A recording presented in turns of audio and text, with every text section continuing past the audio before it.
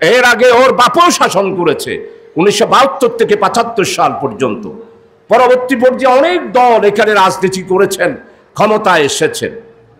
কিন্তু প্রিয় ভাইসব, 5ই অগাস্টের 36শে জুলাইয়ের এসর এইভাবে একটি গণ অভ্যুত্থানের পর আমি নিজে ব্যক্তিগতভাবে আশা করেছিলাম আমরা সবাই ঐক্যবদ্ধভাবে এই দেশের সমস্ত নির্যাতিত, নিপীড়িত, অসহায় মানুষ, নিরন্ন মানুষ, ক্ষুধার্ত মানুষ, আমরা এই দেশের অধিকার হারা মানুষ সবাই একত্রিত হয়ে আবার একটি নতুন বাংলাদেশের স্বপ্ন, যেই আমাদের প্রিয় ভাই যারা শাহাদাত বরণ করেছেন তাদের রক্তের বিনিময়ে যেই 36শে জুলাই আমরা সবাই ঐক্যবদ্ধ হব। কিন্তু দুর্ভাগ্য, যারা রক্ত দিল, আমার প্রিয় ভাই যারা রক্ত দিয়েছেন, মুগ্ধা থেকে শুরু করে সমস্ত আমাদের প্রিয় ভাইয়েরা যারা রক্ত দিয়েছেন, তাদের স্লোগান আপনি কি চিন্তা করতে পারেন? পুলিশের সেই গুলির মুখে নিজের 2টা হাত পেতে সেই স্লোগান দিচ্ছে, বুকের ভিতর তোমর ঝড়, বুক পেতেছি গুলি কর। গুলি খাওয়ার পর আবার উঠলো, আবার গুলি খেল। আবু সাইদ রংপুরের ছেলে, কত টল ফিকার আমার হামিদের মতো। এরপরে কারবালার প্রান্তরের মতো মুক্তা বলতেছে, ওই কারবালার প্রান্তরে আমার শহীদ হোসাইন রাদিয়াল্লাহু আনহু ফোরাত নদীতে যখন পানি খেতে গেল, পানি পানি বলে নবীর আওলাদ, নবীর আহলে বাইত যারা ছিল তারা পানির জন্য ছটফট করতেছে, আর আমার হযরত হুসাইন রাদিয়াল্লাহু আনহু ফোরাত নদীতে পানির জন্য গেছে। ওই ইয়াজিদের বংশধররা গুলি করে হযরত হুসাইন রাদিয়াল্লাহু আনহুকে শহীদ করে দিল। ঠিক তেমনি ভাবে মুক্তা ঢাকার যাত্রাবাড়িতে আন্দোলনের সময় ওই ফোরাত নদীর পানির মতো করে মুক্ত বলতে শুরু করলো, পানি পানি লাগবে লাগবে। ওই মুক্তা সেইখানে পুলিশের গুলিতে শাহাদাত বরণ করলো। কারবালার দৃশ্য বাংলাদেশের আজকে 19 কোটি মানুষ, 18 কোটি মানুষ আমরা সব দেখলাম। এরপরে হেলিকপ্টারের শেখ হাসিনার মাগরিবের আগে আসরের পর তার চার্জ লাইট দিয়ে হেলিকপ্টারের মাধ্যমে গুলি করতেছে। একজন ছোট্ট শিশু, ছোট্ট কিশোরী বাপকে বলতেছে, আব্বু হেলিকপ্টার এসেছে, আমি একটু হেলিকপ্টার দেখব। মা বলছে যেও না, গুলি করবে। কিশোরী বলতেছে, মা আমাকে গুলি করবে না, আমি তো ছোট্ট। মায়ের বুক থেকে ওই খাট এবং পালং থেকে দৌড় দিয়ে ব্যালকনিতে গেল, আর শেখ হাসিনার চার্জ লাইটের হেলিকপ্টারের মাধ্যমে ওই যেই গুলি নিক্ষেপ করেছিল সেই গুলি আমার ওই কিশোরীর বুকে লাগলো। ওই ব্যালকনিতেই আমার এই কিশোরী তার মা বাবার সামনেই শাহাদাত বরণ করল। এইভাবে করে 18 বছর, এরপরে আন্দোলন, এরপরে 5ই অগাস্ট, 36শে জুলাই আমরা সবাই রাস্তায় নামলাম। গণ অভ্যুত্থানের মাধ্যমে স্বৈরাচার বিদায় হয়ে গেল, ফ্যাসিস্ট বিদায় হয়ে গেল।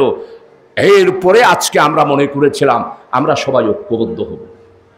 আবু সাইদ যেই স্বপ্ন দেখেছে, হাসনাত আব্দুল্লাহ যেই বক্তব্য রেখে বক্তব্য দিচ্ছেন, আমার সারজিৎ যেই বক্তব্য দিচ্ছেন, আমার আঙ্কেল নাহিদ যেই বক্তব্য দিচ্ছেন, আমরা সবাই মিলেমিশে বাংলাদেশে একটি নতুন বাংলাদেশের স্বপ্ন আমার শহীদ ভাইয়েরা দেখেছে।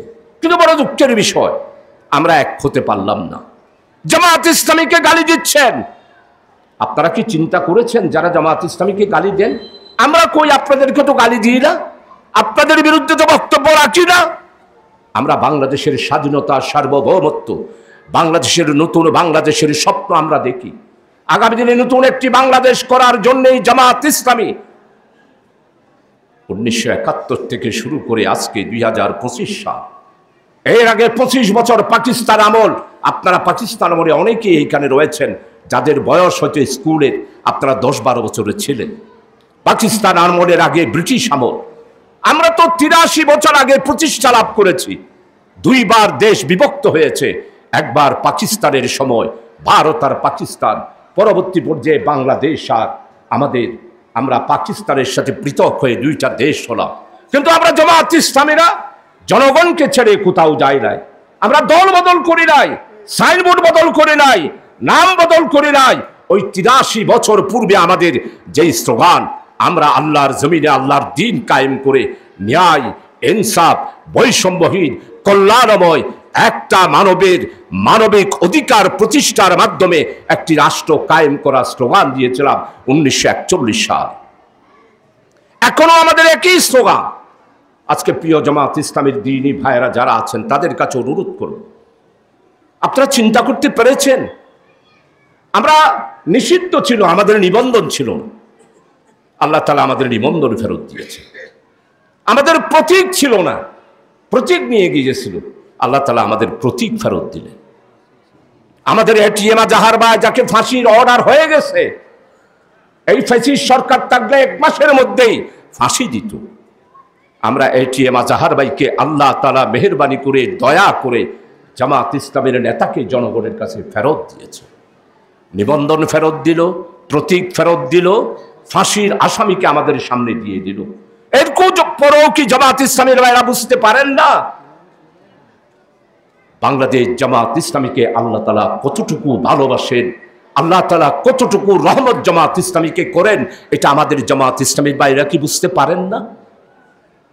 আপনাদের বোঝা উচিত আমাদের সাথে আল্লাহ আছে, আল্লাহ আমাদেরকে রহমত করেন, আল্লাহ আমাদেরকে পরিচালনা করছেন।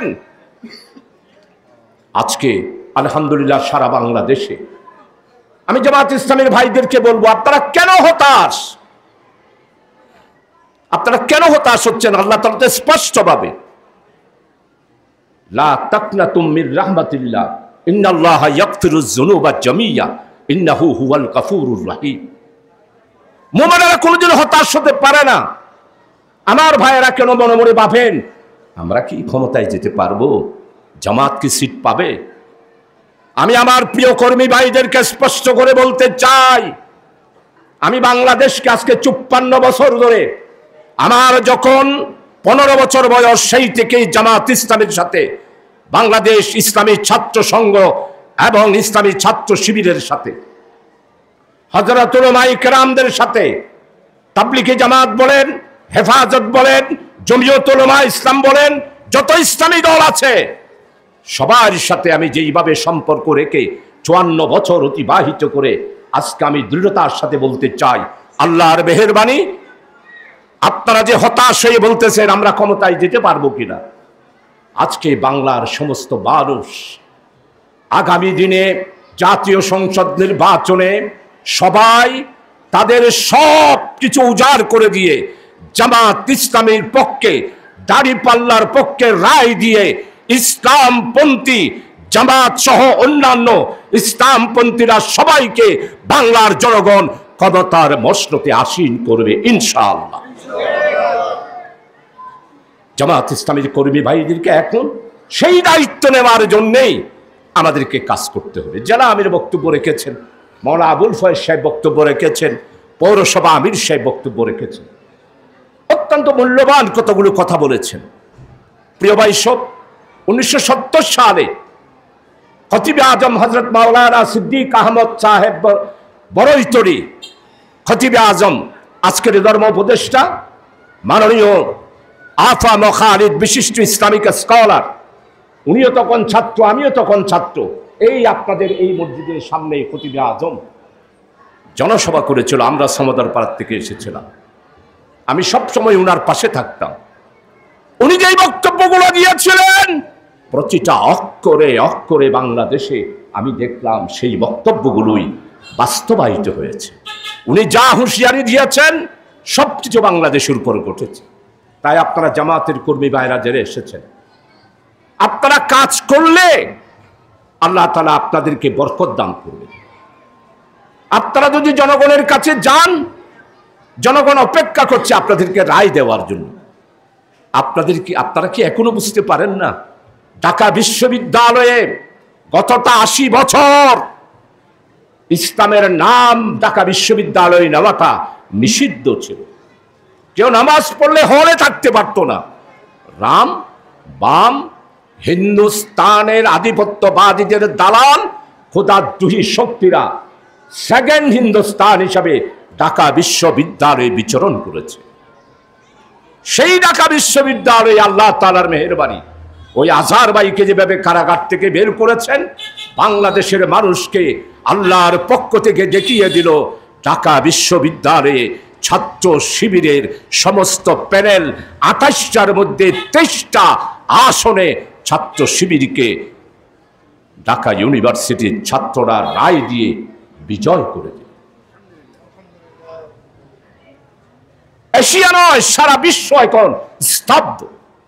তাই আমি আর দীর্ঘ বক্তব্য রাখবো না, আপনাদের কাছে অনুরোধ করব, জনগণ আপনাদেরকে দায়িত্ব দিতে চাই, জনগণের জিম্মাদারি দিতে চাই।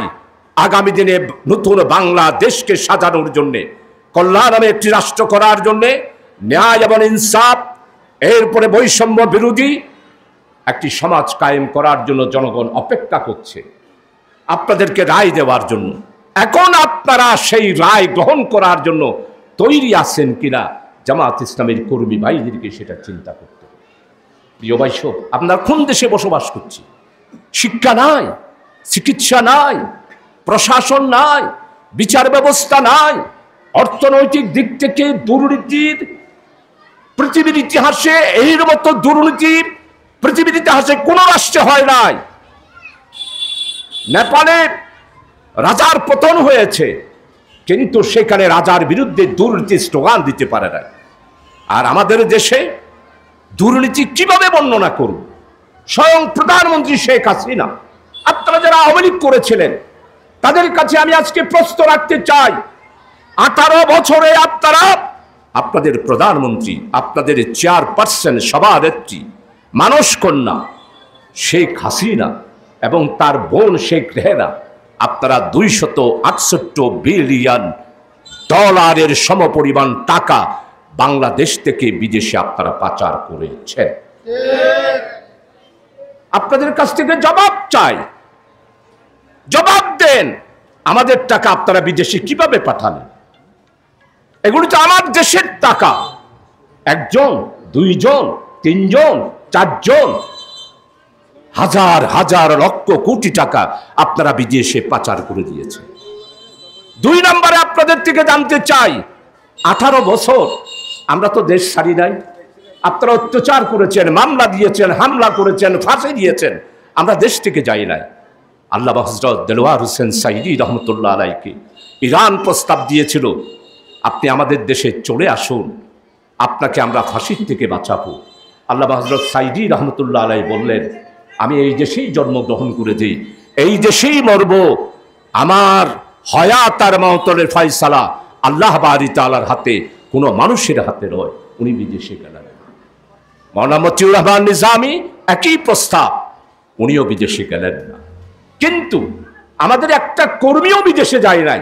এখন আপনাদের পাতি নেতা, শিকি নেতা, অর্ধ নেতা, ফসা নেতা, বরা নেতা, ডাক্কিয়া নেতা, আপনারা প্রায় 20,000-এর মতো নেতা কর্মীরা পার্শ্ববর্তী দেশ ভারতের মধ্যে আপনারা চলে গেলেন।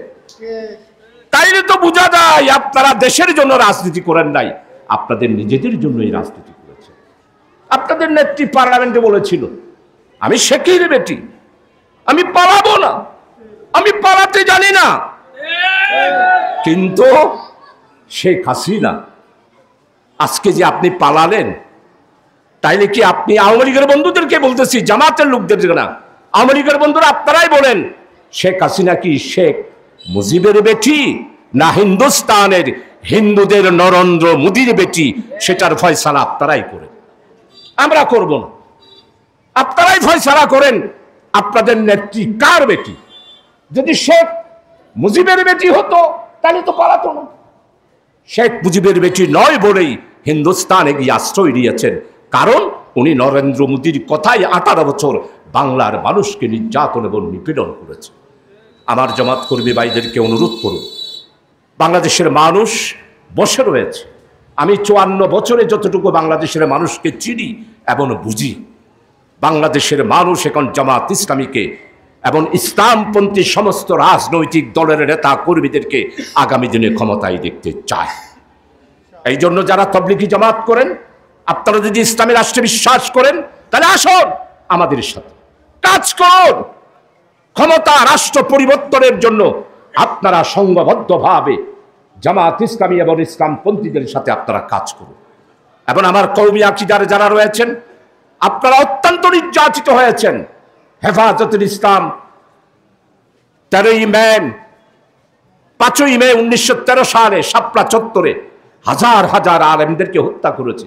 আপনারা প্রতিবাদ করতে পারেন না। আল্লামা হযরত শফি রহমতুল্লাহ আলাই, জুনায়েদ বাবরি নগরী রহমতুল্লাহ আলাই, কি পরিমাণ যে আমার সাথে সম্পর্ক ছিল, জেলখানায় যারা ছিল তারা সবাই জানে। এই জন্য আজকে এইখানে সর্বস্তরের আমার ইসলামপন্থী যারা আছেন তাদের সবার কাছে অনুরোধ করব, সবার কাছে আজকে আপনাদের সবার কাছে হাত জোর করে বলবো, দেশের স্বার্থে, জাতির স্বার্থে, কোরআনের স্বার্থে, ইসলামের স্বার্থে, আগামী দিনে বাংলাদেশের নির্যাতিত, নিপীড়িত, অসহায়, নিরন্ন মানুষের মুক্তির স্বার্থে ইসলামপন্থীদেরকে আগামী দিনে রাষ্ট্র ক্ষমতায় পাঠানোর জন্য জনগণ যে সিদ্ধান্ত নিচ্ছে, সেই সিদ্ধান্তের সাথে দলমত নির্বিশেষে ঐক্যবদ্ধভাবে এইখানে কোনো ভেদাভেদ না করে, ওরা জামাত, ওরা নিজাম, ওরা হেফাজত, ওরা তাবলীগ, এইভাবে করে বিচ্ছিন্ন না করে আসুন। তৌহিদি জনতারা 83 বছর আমাদের ত্যাগ আমাদেরকে স্বীকার করতে হয়েছে। আমাদের আলেম উলামারা এই দেশে অসম্ভব ধরনের নির্যাতিত হয়েছে 1971 সালে। আপনারা কি কি করেছেন এলাকায় আমাদের সব জানা আছে, আমরা এগুলো ভুলি নাই, কিন্তু আমরা দেখে রয়েছি। আগামী নির্বাচনে আমাদের সমস্ত জামাত কর্মীদেরকে বলবো, সমস্ত ভেদাভেদ ভুলে যাবেন। আপনারা সবাই মিলেমিশে ঐক্যবদ্ধভাবে প্রত্যেকটা নারী, আমার মা, খালা এবং আমার যুবক ভাইয়েরা যারা রয়েছেন তাদের সবাইকে ঐক্যবদ্ধভাবে আগামী নির্বাচনে ইসলামপন্থীদেরকে ক্ষমতায় বসানোর জন্য এখন জামাত ইসলামের নেতা এবং কর্মীদেরই দায়িত্ব। আপনি বলতে পারেন শুধু আমাদের দায়িত্ব কোনো? হ্যাঁ, আপনাদের দায়িত্ব। এই জন্যে আল্লাহ তাআলা আপনাদেরকে ত্যাগ, প্রতিজ্ঞা, কুরবানির মাধ্যমে রাষ্ট্র ক্ষমতায় নেওয়ার জন্য যোগ্য করে গড়ে তুলেছেন। এই যোগ্যতার প্রমাণ দেওয়ার জন্যেই জামাত ইসলামের কর্মীদেরকে আগামী নির্বাচন পার্লামেন্ট গঠন করার নির্বাচন নয়। আগামী নির্বাচন হচ্ছে ইসরায়েল এবং প্যালেস্টাইনের যে যুদ্ধ হচ্ছে। আগামী নির্বাচনে যদি আমি আজকে বলে যাচ্ছি, আমার হয়াত কতটুকু আছে জানি না, যদি এই নির্বাচনে বাংলার মানুষ যদি ভুল করে, তাহলে এই বাংলাদেশ হবে ইসরায়েলের প্যালেস্টাইনের যুদ্ধের মতো করে একটি যুদ্ধক্ষেত্র। ওই হিন্দুস্তান আমাদের উপর যুদ্ধ চাপিয়ে দেবে। রাসূলুল্লাহ সাল্লাল্লাহু আলাইহি ওয়াসাল্লামের যেই হাদিস, গাজওয়ায়ে হিন্দের মতো করে আমাদের এই দেশের মধ্যে আমাদেরকে ইসরায়েলের ইহুদি গোষ্ঠীরা আমাদের উপর এমন যুদ্ধ চাপিয়ে যাবে, আমরা আর চোখ তুলে দুনিয়াতে থাকাতে পারবো না। এই জন্য আগামী নির্বাচন হচ্ছে দেশের স্বাধীনতা, সার্বভৌমত্ব নিরন্ন, এই দেশের অভাবগ্রস্ত যারা আত্মনাদ করছে, আমার নিরন্ন মানুষের মুক্তির ঠিকানা হিসাবে আগামী নির্বাচনে শুধুমাত্র ক্ষমতায় বসানোর নির্বাচন নয়, বাংলাদেশের 54,000 বর্গ মাইল, 56,000 বর্গ মাইলের 19 কোটি মানুষের ঈমান আকীদা রক্ষা করার নির্বাচন। তাই আপনারা যারা যুবক ভাইরা রয়েছেন, অবিবাহিত ভাই যারা রয়েছেন, তাবার সবার কাছে আবেদন জানাবো, আমরা তো মুরব্বীরা দুনিয়া থেকে চলে যাব। আগামী দিনের নতুন একটি বাংলাদেশ যদি আপনাদেরকে দিতে না পারি, তাহলে আপনারা যুবক ভাইয়েরা প্যালেস্টাইনে, ফিলিস্তিনে ওই শিশু কিশোররা, যুবকেরা যেভাবে নিরন্নভাবে শুধু অন্যের জন্য দাঁড়িয়ে থাকে, আমাদের বাংলাদেশেও ঠিক সেভাবে দাঁড়িয়ে থাকতে হবে। ক্ষুধার্ত অবস্থায় আমরা অন্ন পাবো না, আমাদেরকে আধিপত্যবাদী ভারত আমাদের দেশকে ধ্বংস করে দেবে। তাই আজকে আপনাদের সবার কাছে অনুরোধ করব, আসুন সবাই ঐক্যবদ্ধভাবে আগামী নির্বাচনে দেশ এবং জাতির স্বার্থে, ইসলামের স্বার্থে, কোরআনের স্বার্থে এবং আমাদের দেশের মানুষের ঈমান আকীদার স্বার্থে, আমাদের নিরন্ন মানুষ, নির্যাতিত মানুষ, নিপীড়িত মানুষ, অত্যাচারিত মানুষ, এদেরকে আমাদের দেশে আমরা স্বাধীনভাবে নাগরিক অধিকার ফিরিয়ে দেওয়ার জন্য আগামী নির্বাচনে জামাত কর্মীদেরকে রাত দিন 24 ঘন্টা আল্লাহর কাছে কানবেন, চোখের ফানি ফেলাবেন, এরপরে কাজ করবেন। এরপরেই আল্লাহ তাআলা আমাদেরকে একটি ইসলামী রাষ্ট্র দান করবে। এই ইসলামী রাষ্ট্রের জন্য সবাইকে কাজ করার আহ্বান রেখে আমার জন্য দোয়া আছে। আমি আমার বক্তব্য এখানে শেষ করছি। ওয়া মা তৌফিক ইল্লা বিল্লাহ। আসসালামু আলাইকুম ওয়া রাহমাতুল্লাহ। শেষ করুন। শেষ সভাপতি